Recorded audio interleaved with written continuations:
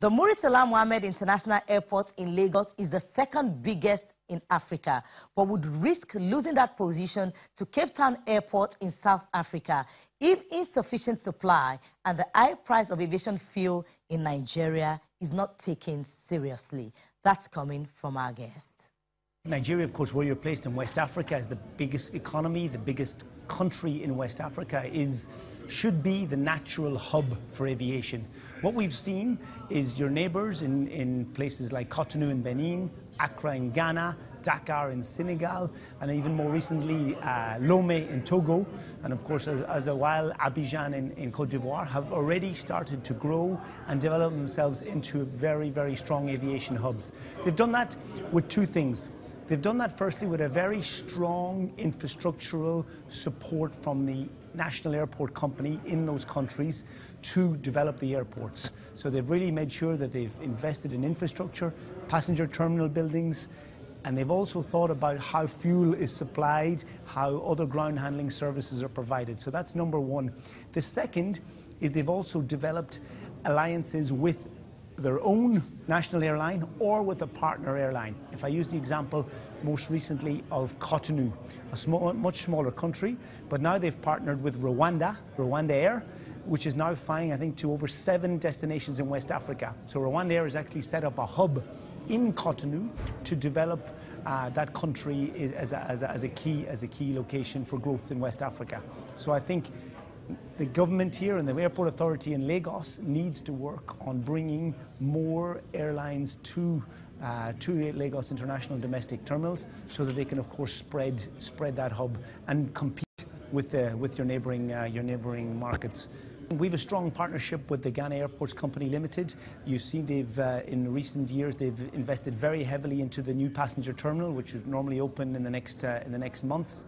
We've worked closely with them in building a brand new fuel terminal. So we've invested in a fuel terminal. We've worked with them on a new hydrant system to supply aircraft, and we've seen a natural growth in that airport. What they've done is they've put in place very interesting taxation in terms of jet fuel. They had previously a tax on the jet fuel, on the ATK. They've actually removed in the majority of that tax last year, and we've seen a spike in demand. So we've seen increased frequency of flights. We've actually seen aircraft coming from neighbouring countries such as Abuja and Lagos to actually refuel in Accra. So by incentivizing, having the right infrastructure, having the right taxation, they've really successfully developed their hub. So the aviation, the jet fuel or the ATK fuel bill would represent anywhere from 20 to 40% of the operating costs of an airline. So it is the biggest cost probably after the aircraft leasing or the aircraft purchasing. So they watch it very carefully. And when you hear the financial results of British Airways, Lufthansa, Air France being published, they all talk about the impact of the jet fuel price on their financial performance. So for them, they keep a very close eye on it. And secondly, of course, they need it for supply security. If they don't have the product available to fuel their planes, they actually can't run their service. So it's a key piece for them in that jigsaw, and we've seen some supply interruptions here in Lagos in the years gone by, which of course has had a negative impact with some airlines actually leaving completely the station. So I think secure, competitive supply of fuel for aircraft is key to attracting aircraft back to Lagos and to grow as a hub. I think probably a very good one would be Johannesburg. It was the biggest airport in Africa. We've entered the market on the 1st of January in 2017.